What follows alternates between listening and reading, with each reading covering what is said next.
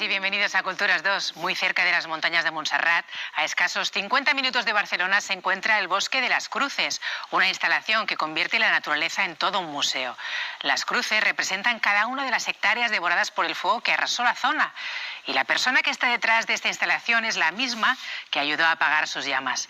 Conocemos la doble vida de Marc Sellares, artista multidisciplinar y sargento del Cuerpo de Bomberos.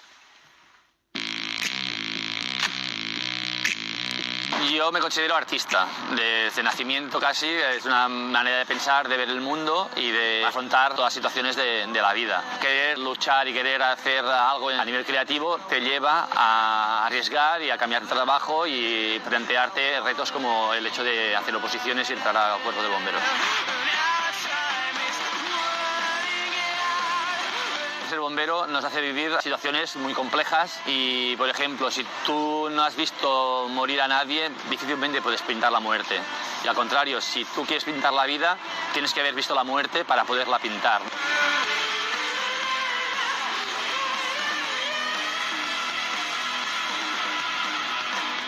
Yo entiendo el arte como una herramienta de transformación social. Soy consciente del planeta que tenemos, de la suerte que tenemos de vivir donde vivimos, pero a pesar de esto estamos en un planeta de mierda, ya sea a nivel medioambiental, a nivel social, a nivel de destruir gobiernos y alternativas que pueden surgir a la dictadura del capitalismo. Luego yo entiendo que el arte es una manera de concienciar a la gente y ayudar en cierto modo a hacer este mundo un poco mejor.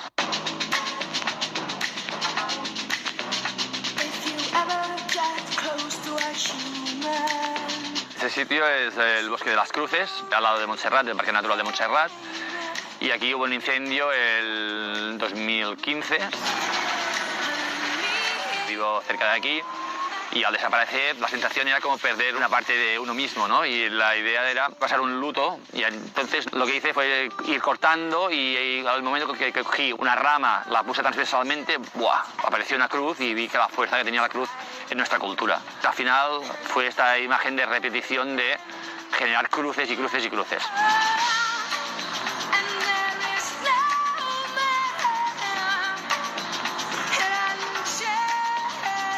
Se trata de una intervención efímera y el objetivo es que las cruces van cayendo porque se va deteriorando la madera y al final queda absorbida por los nuevos árboles que van naciendo.